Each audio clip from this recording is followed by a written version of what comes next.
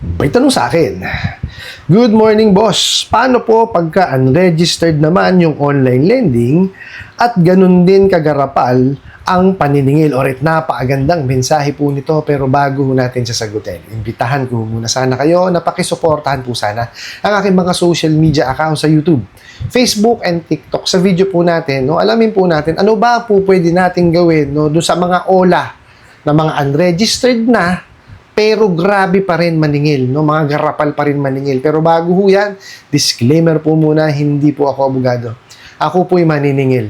Lahat po na sinasabi natin sa ating mga videos based on my experience at syempre po sa ating po pagsaliksik at pagtatanong sa mga kaibigan po nating abogado. At isa pa po, hindi ko po kinukonsinti ang hindi pagbabayad ng utang dahil ang utang ay responsibilidad at obligasyon na dapat po nating bayaran. Ang hindi po ako pabor ay doon sa maling pamamaraan ng pautang at maling pamamaraan ng paniningil. Sagutin po natin yung pinadala yung mensahe. So sabi nyo nga, yung online lending is unregistered.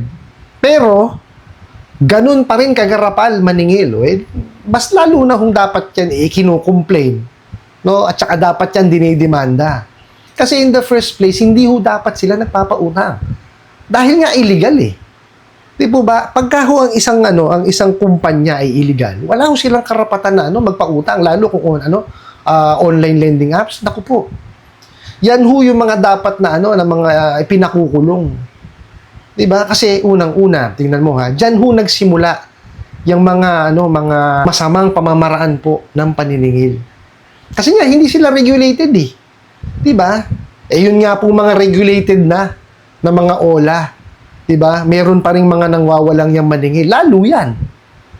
Unregulated yan Hindi ho registered sa SEC. Diba? Ibig sabihin, hindi incorporated. Wala hong certificate of authority. Di lalong hindi kasama sa recorded online lending platform yan. Diba? Kaya nakakapagtaka yung mga yan, napakalalakas ng loob. Na talagang mangwalang ya ng kapwa pa nila Pilipino, Yan ho, nakakabwisit dyan sa mga yan. Ngayon, ako naman, hindi ko naman masisi yung ating mga kababayan kung bakit nakakapanghiram dito sa mga bugo katabusadong online lending apps, especially po yung mga illegal, kasi nga po, napakadaling mangutang. May nag-message nga po, di ba? Naglagay lang daw po ng number. Na siya, pinasukan na siya kagad ng pera doon sa kanyang e-wallet. Nakita niyo kung gaano kawawalang niya? Di ba? Sige nga, kahit sino mabibigla, pasukan kayo ng pera sa inyong e-wallet. Para saan yun? Diba?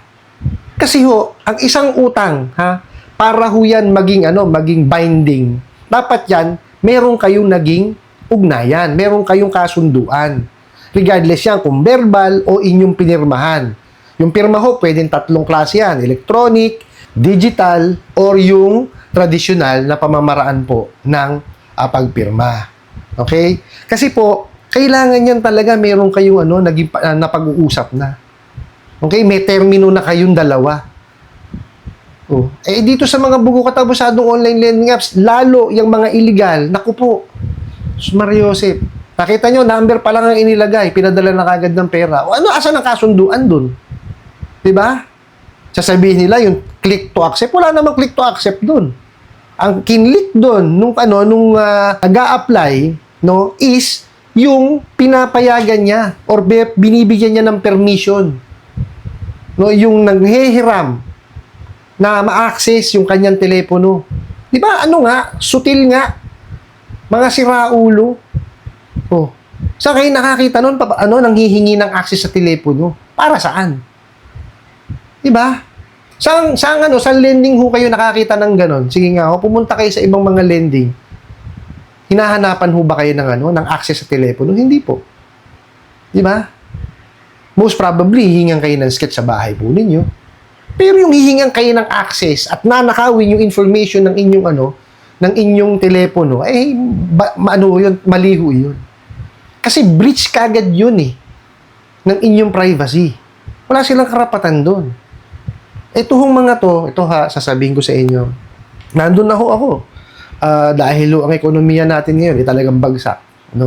Pero hindi naman dapat natin inuugali na manghihiram tayo ng pera diyan sa mga bugo katabusadong online lending apps na yan pagka po tayo nagipit. Hindi po ganun. Kasi unang-una po, hindi naman dapat na tayo yung manghihiram kahit wala tayong trabaho. Tayo po'y estudyante, diba? Plain housewife, plain husband. Oh. Wag kong gano'n. Kasi wala ho tayong pagkukunan ng pambayad eh. Di po ba? Paano ho natin babayaran yun? Eh, kilala naman natin itong mga bugok na to na notorious sa pangwawalang ya. Di po ba? So, instead na isa lang ang problema natin, yung gipit lang tayo, ang nangyayari po, kakaroon tayo ng anxiety, tsaka depression. Di ba? Kasi yan ho ang ginagawa nila, yung mental torture eh.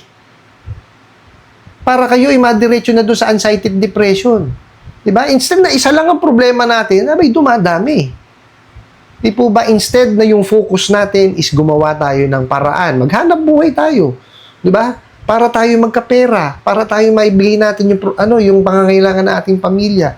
Hindi ho nangyayari, manghihiram tayo sa mga bugok na to, dahil nga napakadaling manghiram, pero at the end of the day, maaabuso ho tayo. Di po ba? Wag ho nating ugaliin. No? Pero sasabihin ko sa inyo, hindi ko ho kayo masisi. Kasi nga, madaling manghiram eh. Pero para ho matapos, ang problema natin dito sa mga bugok at abusado online lending apps na to, wag ho natin tangkiligin. Diba? Kasi it should start with us. Kasi kung gusto ho natin ng pagbabago, sa atin ho magsimula. Hindi ho po pwede na yung ibang tao magsisimula para sa atin. Di po ba? Wag ho nating hiraman. Kasi pagka hindi natin hiniraman yan, matitigil yan. Hindi na sila makakapagpautang eh. Di ba? O saan sila, asa na ngayon ang negosyo nila? Wala na. Di po ba? Aminin ho natin, dito sa atin kasi, gusto natin pagbabago. Kaya lang, pagka may binago, maraming kumukontra. Di ba? Ayaw nung pagbabago. Di po ba? Hindi ho.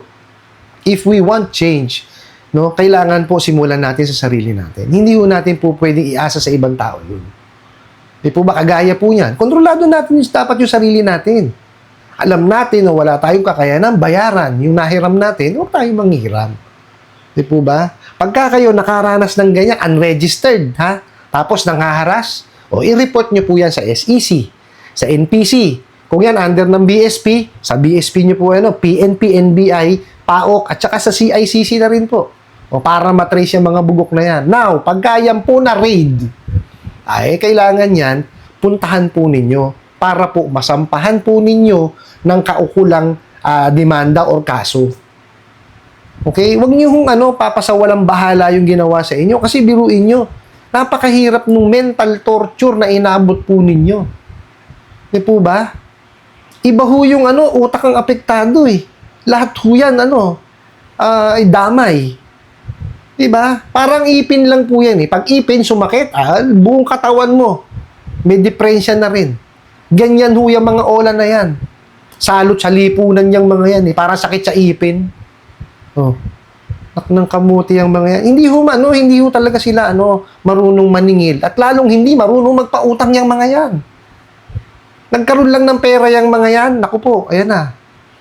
Actually, PAOK na po ang nagsabi. Ulitin ko lang po ito PAOK ko nagsabi na di umano, yung mga bugok at abusadong online lending apps, lalo yung illegal, is connected sa Pogo. Ano po ba Pogo?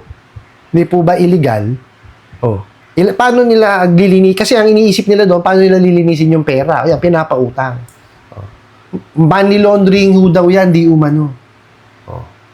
Kasi kaya nalaman naman ng ganun dahil doon sa mga SIM cards na ginagamit, parehas din na pinang-message sa mga Pogo. Kaya yan, konektado talaga sila. Di po ba? Kaya malalakas ang loob eh. Tingnan nyo, pansinin nyo Pagka pinadalang kayo ng 500, ibig sabihin 1,000 yung pinautang sa inyo. Palugi na sila. Hindi baling matalo sila ng 500, at least yung 500 nila malinis. O di ba? Ako yun lang ho ang yun lang analysis ko diyan. Di ba? Kasi naman galing naman sa illegal di umano yung pera nila eh. Di ba? So hindi naman nila pinaghirapan. So, kahit matalo ng kalahati yan, basta malinis yung pera nila, magagastos nila, okay na sila dyan. Ganun ho lumalabas yung mga yan. Kaya ho, dun sa mga nakakahiram po, dun sa mga illegal, kagaya sinabi ko kanina, filean nyo po ng reklamo sa mga nabanggit kong ahensya ng gobyerno. Bukod ho doon, kung magkano lamang po yung na-disburse sa inyo, yun lang po ang ibalik po ninyo. Okay? Kasi nagamit din naman po natin yung pera. Yes, naharas tayo, 'di ba? Nawalang ya tayo. Pero Hindi ho yun yung yung punto ron eh. Kasi ito yan, nakahiram tayo, pinadalan tayo ng pera, may obligasyon tayo sa kanila. Pero, kung magkano lang dinisburse. Now, para mapagbayaran nila yung ginawa nila sa inyo na pangwawalang ya, sampahan nyo ng reklamo, tsaka po ninyo sampahan ng kaso pagka po yan ay na-raid na po. Ano po? I hope nasagot ko po itong katanungan na to at sana po yung makatulong. Maraming salamat po sa inyong walang sawang pagsuporta at panonood sa aking mga video. Maraming salamat po sa inyong pag-like, pag-share, pag-comment at pagtatanong. And kunin ko na rin po itong opportunity na ito na imbitahan po sana kayo na pakisuportahan po sana ang aking mga social media accounts sa YouTube, Facebook, and TikTok. Hanggang sa muli po. Yun lang.